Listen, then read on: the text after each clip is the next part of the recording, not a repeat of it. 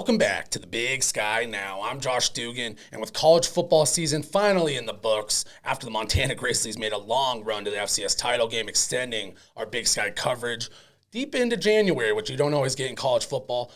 That being said, we're going to roll with our first ever Big Sky Roundup this week. The weekly media panel has the week off with college football wrapping up. So we're going to recap some news around the Big Sky, our first ever Big Sky Roundup here on the Big Sky Now on the Hagadone Sports Network. This week's show will have a football theme to it, but moving forward, we're going to be mixing in the basketball talk and the rest of Big Sky Athletics into the show. So starting with two pieces of basketball-related content to tip this thing off, then we'll get to the football news that broke over the weekend and throughout last week in the Big Sky.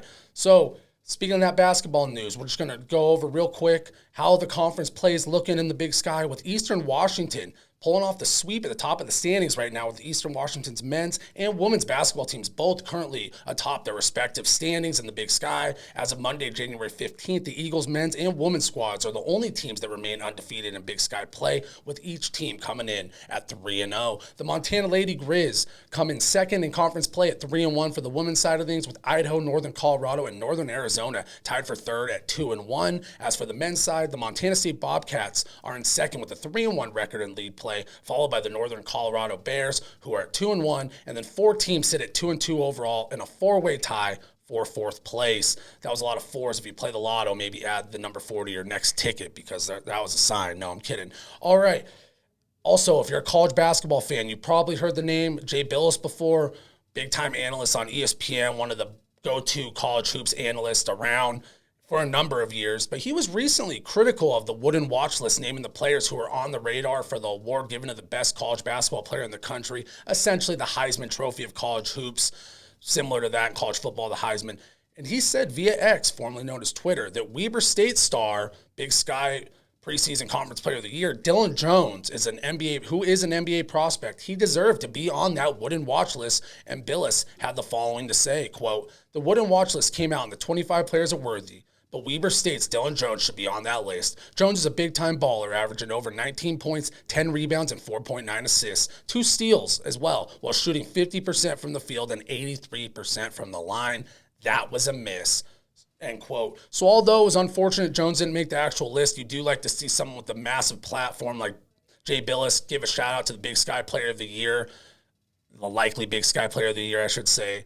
Not a foregone conclusion yet, but it's looking that way because, it just brings that much more attention to the conference, to Weber State's program, who produced probably the best player in Big Sky history, Damian Lillard, who recently hit a big clutch shot. Another one, if you watch Damian Lillard, you know that's something you can expect. But that being said, that just brings more attention to Dillon Jones, the Big Sky, and Jones is looking like a no-doubt type of professional prospect, whether it's in the NBA or overseas, but you got to love someone with a platform like Bilas giving him the shout-out. All right, on to the Big Sky football offseason news, starting with a headline related to one of the best offensive weapons in the Big Sky over the last few years, former Idaho Vandal star, wideout Hayden Hatton took part in the Hula Bowl, a college football all-star game that provides the opportunity for players to compete against some of the top prospects from around the country, get in front of scouts from the NFL, CFL, and the newly formed UFL, which is formerly the USFL, and XFL. So, that all being said, Hatton had a big game at the Hula Bowl, took advantage of the opportunity, hauled in a touchdown pass early in the second quarter,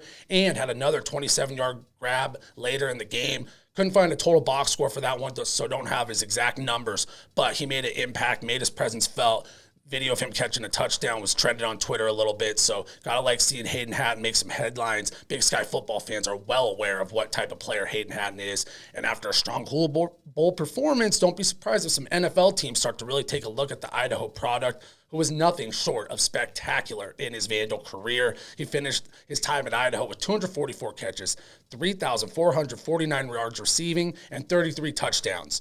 So whoever takes a chance on Hatton will be getting a proven player who thrives in clutch moments. Not often you come in and say a guy coming out of college is experienced, but Hayden Hatton just feels like an experienced guy. You look at those numbers, really racked up the accolades at Idaho, and has proven himself in clutch moments time and time again. So he's a guy you keep an eye out for a possible sleeper late round pick in the NFL draft and could become a notable NFL player in the near future because the talent is there. We'll definitely keep you up to date if we have any updates on Hayden Hatton's NFL draft stock or, if he's going to be competing at the combine, whatever. So we'll keep an eye out for Hatton. Definitely one of the premier wide receivers to come out of the conference and sometimes maybe one of the best since that last guy who turned into a superstar.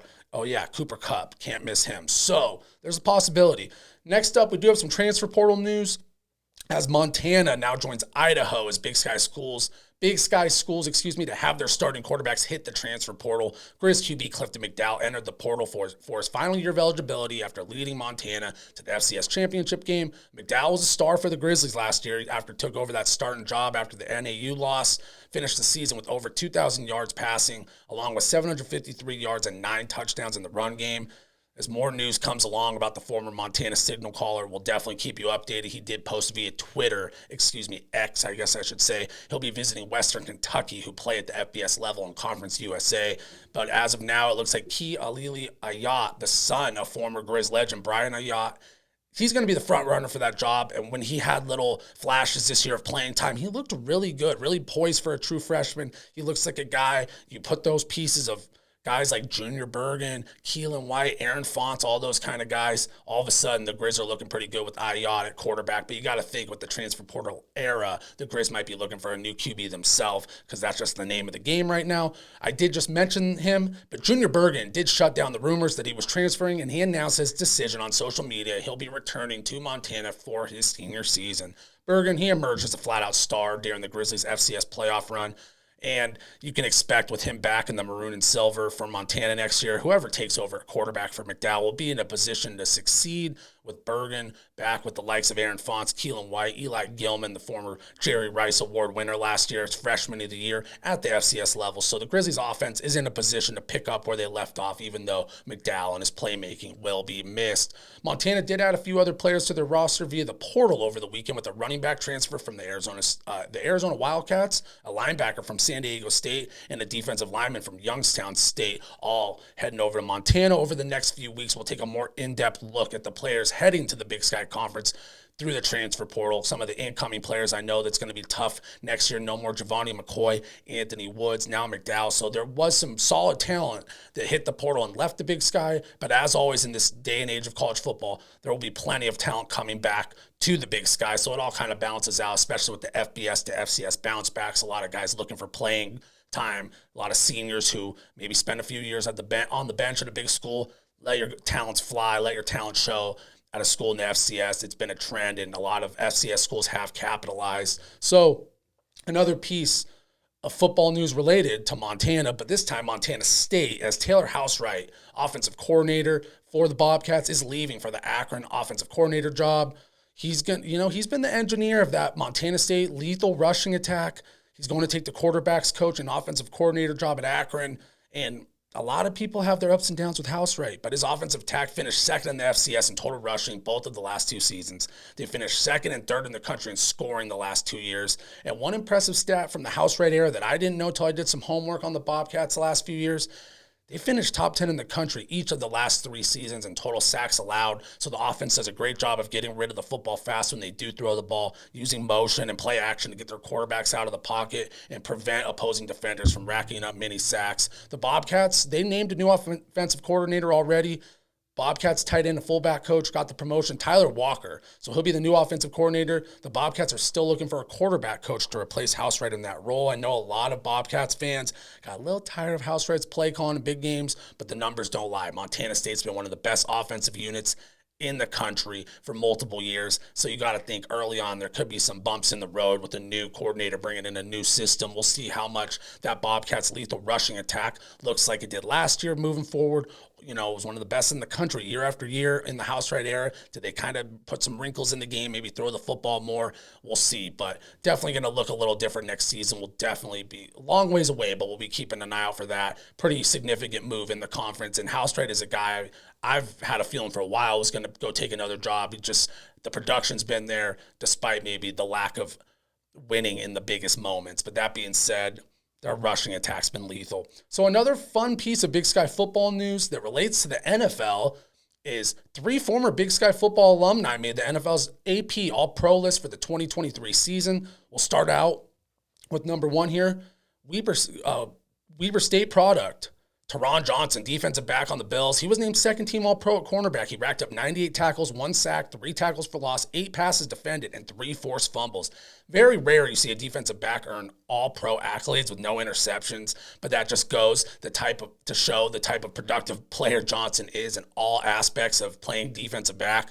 Even without the picks, he's an All-Pro caliber player for the Buffalo Bills. Next up was another Weber State Wildcat product, Rashid Shaheed, who earlier this year on the Big Sky Now I said might be the most talented Big Sky product in the NFL right now, not named Cooper Kupp. He was All-Pro first team as a return specialist. Rashid's All-Pro and Pro Bowl this year. So he's one of those guys, he's special in the return game. When he touches the football, good things happen. He had 1 punt return for a touchdown and was 3rd in the NFL in yards per punt return for players with over 20 total returns. He also made a big impact on offense this year with 46 catches for 719 yards and 5 touchdowns as a receiver. Shaheed has a bright future, no doubt about that, with the New Orleans Saints. Kid has star potential because every time he touches the football, he could break loose for a big play, and it's great to see him get the respect he deserves as a return man on the national level and really highlight the type of athleticism and talent coming out of the Big Sky Conference. So last up is a product of a former Big Sky school, Southern Utah, who played in the Big Sky while this player was in college, and that is Pittsburgh Steelers special teams ace Miles Killebrew, who was named first-team All-Pro and earned a Pro Bowl selection. Killebrew has blocked 3 punts since joining the Steelers in 2021. No team in the NFL has more than 3 blocked punts in that time, so that's pretty special right there. He's a great special team player. He led the team with 11 special team tackles and finished the season with 26 total tackles while forcing a safety and a blocked punt in the Steelers' 17-10 win over the Baltimore Ravens late in the season that helped the Steelers clinch a playoff spot. So big congrats to Miles Killebrew, Rashid Shaheed, and Teron Johnson on representing the Big Sky Conference as All-Pros in the NFL, joining guys like Idaho State product Jared Allen, who was a star defensive end back in the day. If you hadn't heard of him, probably have big-time player in his NFL career. Of course, Eastern Washington Eagles, Cooper Kupp, another AP All-Pro, and hey, Michael Ruse, a former Eastern Washington Eagle who was a All-Pro with the Titans. So good company to keep for Shaheed, Johnson, and Killebrew. All right, that'll do it for this week's Big Sky Roundup on the Big Sky Now. Thank you as always for checking out the show. I'm Josh Dugan, and I'm out.